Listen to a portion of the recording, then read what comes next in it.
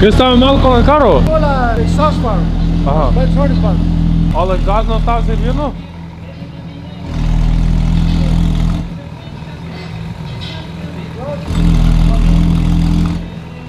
So pretty much, you're around cops. Click that button. So you're gonna drive it real quick, make You sure? have to drive it, yeah. Make sure it doesn't go into limp mode. So it was going into limp mode. The valves weren't connected. Danny bring his Porsche N4 today. So to be honest, bro, I was walking by the shop and they just told me to test drive it. And you can't say no to a test drive on a GT3RS. So apparently it's having like some issues where like it goes into limp mode. So we're gonna see.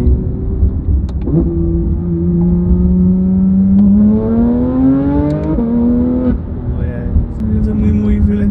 Didn't feel like it was going anywhere.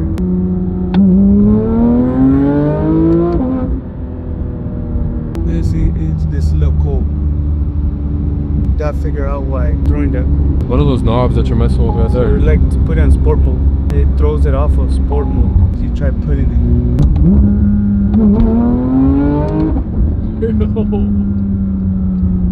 That shit takes off. She sounds nice, bro. Fucking nice and sporty.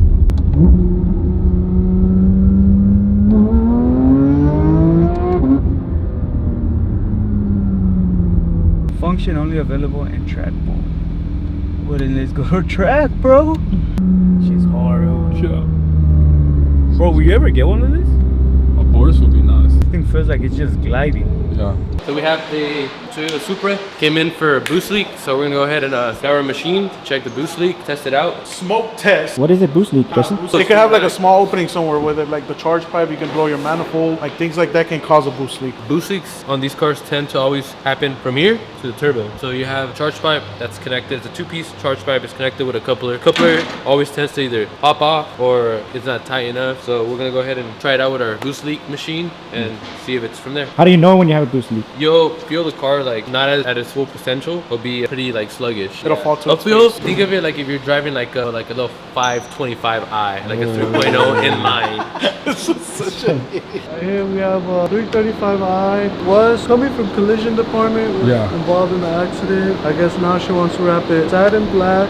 What's the most challenging wrap job you've done so far? I wouldn't say wrap, I'll say a PPF. A PPF for F8. For me, that was pretty hard. That was like my hardest bumper. It was just a bumper that was like extremely hard for me. Yeah. I'll say that. Because what is it about the bumper that made it difficult? Just the way, the shape of it, like Yeah. it like curves all the way in, so it was just hard. I couldn't figure it out. Finally did after like 7 tries. Out of all the sports cars you've driven, this is the best one or what? Nah, probably have to be the Camry.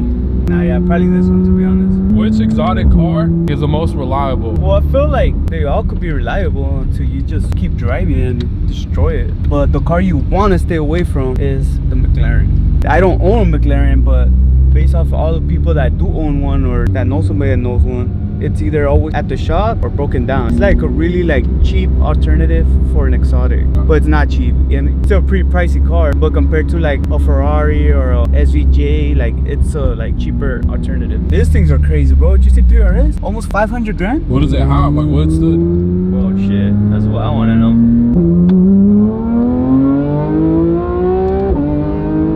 Bro, then they gonna look at this video like, what the fuck is this fool doing? Well, what are we doing, Chris?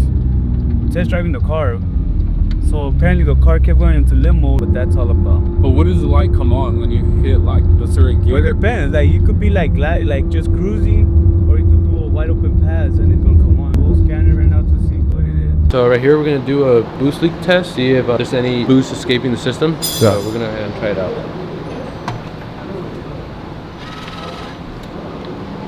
So if you're checking for any smoke that comes out from the charge pipes, and that would indicate a boost leak. So right now we went ahead and applied smoke into the system, and we did see that these two fittings were leaking a little bit, which that's an easy fix. So we're gonna go ahead and try and put more smoke into it to see if we can see any smoke coming out of anywhere. So far, nothing really coming out, you know, besides those two fittings. We'll go ahead and put everything back. We're gonna take these two fittings off. Yeah. We're gonna put some tape on them and put them back in. After Is that, tape the proper way to fix that? yeah, Teflon tape, put it on the fitting. Go ahead and put it in there so it can seal. Once it seals, we're gonna put everything back and we'll go test drive the car, make sure. Right now, we just finished doing the boost leak check. We found two fittings that were leaking. We went ahead and put tape on it, put them back in. So we're gonna go test drive the car right now, make sure it's ready to go.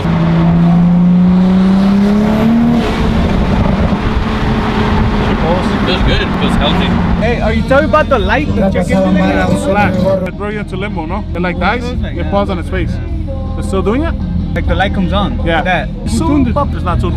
Okay, video up. The headers, I think, they're catalyst. So much airflow is throwing out the... Why did we tune it? You don't want to tune it. Alright guys, so right behind us we have the G80 as you guys saw on the previous video. It came in for a bunch of goodies. As you guys can see, this is the main thing it came for. It came for a big single turbo. Okay, while he was here, we also went ahead and did some other work. Jesse, you want to explain what we did to the car? So we want to go ahead and install the dog race kit. Going with dog race kit, and then we upgraded his trans to stage 2. And right now we just put everything back together. We also installed a headlight delete.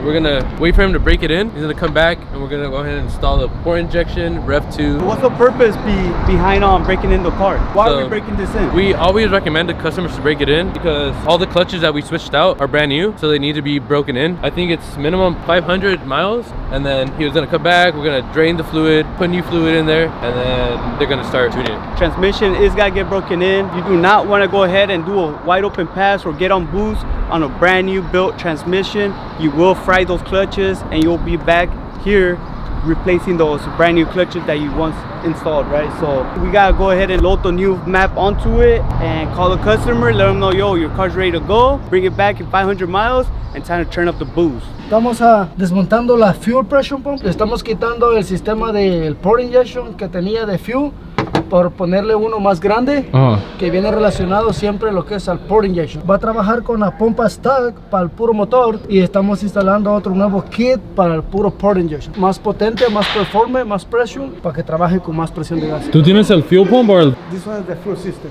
¿So este es el nuevo? Ya, este es el nuevo. So, estas dos puntas van a la riel del port injection. Este es el filtro de fuel, este es el regulador y esta es el return que regresa al tanque y este es la pompa. The fuel pump. So tenemos que instalar esta dentro del tanque, correr todas las líneas de fuel. Ahí va a quedar con más presión de gas porque este es más pressure. El regulador que marca la presión del gas es este. So en este puedes regular la presión que tú quieres que entre al port injection. So lo puedes dejar a 25 libras, 30 libras, 40, 50, 60, hasta 100 libras. Lo que te permita el tuner que quiere en el sistema del port injection. That's the new Adro Bumper? Yeah, it's an Adro. Gives it like a facelift. It really does. It looks meaner now. This car is completely transformed. We went ahead and equipped it with an Adro front end. We also went ahead and did the carbon grille, the carbon air vents on the side. It transforms the car completely, so it looks like a whole different car. I really love the Adro bumper. It sits nice with all these cars. Final touch on this car right now is we're gonna do all stealth PPF, front bumper, hood, and fenders. We're also gonna go ahead and install a carbon lip on it. It is from Adro as well. It's gonna be a full Adro front end on this M4, so it's gonna look sick, it's gonna look mean, and I think the customer's gonna love it. I just love the Adro bumpers, bro. It looks crazy with the red guts too. So he already has carbon fiber on the side skirts, so now he just needs the carbon lip in the front. Yeah, so we just need to install the carbon lip. Right now it's gonna go to performance. They're gonna do other things to it. As far as doing the stealth PPF and the carbon lip, that's all gonna get done over there at performance. Single turbos in, upgrade transmission in, stage 2 by ATS, built here at PQ. We're gonna go ahead and flash a base map so that the customer could go ahead and put in the break-in mileage on that transmission. We'll make sure everything looks good, and when he brings it back, we'll start boosting the car. So let's go ahead and flash it real quick. Why do you guys use boot mode for instead of any other platform? We actually use boot mode and MHD right now for the more advanced cars, like the big turbo cars that are chasing more power. We're doing BM3 Rev 2. For the more generic setups, such as just stock turbo port injection, we use MHD Plus and motive reflex. But for this car, we're doing Rev 2. So let's see if the flash goes through, since it is the new Rev 2 update. What kind of benefits do you get from Rev 2? Rev 2 has a lot of new benefits. It's a port injection controller. It comes with the new quote-unquote trans brake. It has a really nice launch control, a boost by gear. It has tons of new safety features. It has a lot of new things. We just flashed the base map for this big turbo 1200 horsepower rear wheel drive G80. Over here we have Marlon, one of our techs, installing the Vargas turbos on this beautiful G80 as well. The shop car right here, we are currently installing the custom fuel system for it right now. We have a lot of work to get done still, but it is a custom system rated for 2000 horsepower, so a lot of manufacturing that we have to do here. We do have Ray's G82. He just got here, he just dropped it off. We have his manifold in the same color of his car. We have his turbo painted the same color of his car. We have his new fuel system as well. We have the big turbo PQ kit here. This car is about to see boost and it's about to get on the new BM3 Rev 2 as well. Hi guys. This is the fuel system for the G80. This is the custom fuel system for the port injection. Esta es una extra pompa nomás para el puro port injection. So esta es algo personalizado de PQ Performance que soporta alrededor de 1800 a 2000 caballos de fuerza. So, pendientes para ver cómo funciona el custom.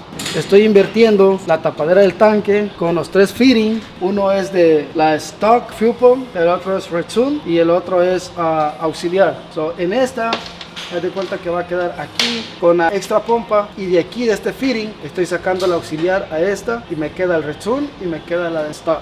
So, este custom se mira algo bien y sé que va a trabajar al 100%. Ya está finalizado, ya la pompa auxiliar, la del port injection ya está dentro. So, nomás estamos figurando cómo instalamos lo que son las dos líneas de fuel, que viene siendo una de presión y una de return. So, ahorita vamos a ver cómo hacemos para conectarlas. So here we have a Fady, came in for spark plugs. As you can see, sparklers are no good. That's due to lack of maintenance. This is how it's supposed to look like. So I recommend you guys to swap them out. That way your car could be running good, motor will be healthy. Don't forget to swap out your spark plug jacks. Those spark plugs have a torque spec, so we always like to achieve that torque spec. That way, like, there's a little failure on the spark plugs, or they back out, or we snap them. That's why we torque them to a certain spec. Are you excited to pick up your single turbo G80, brother?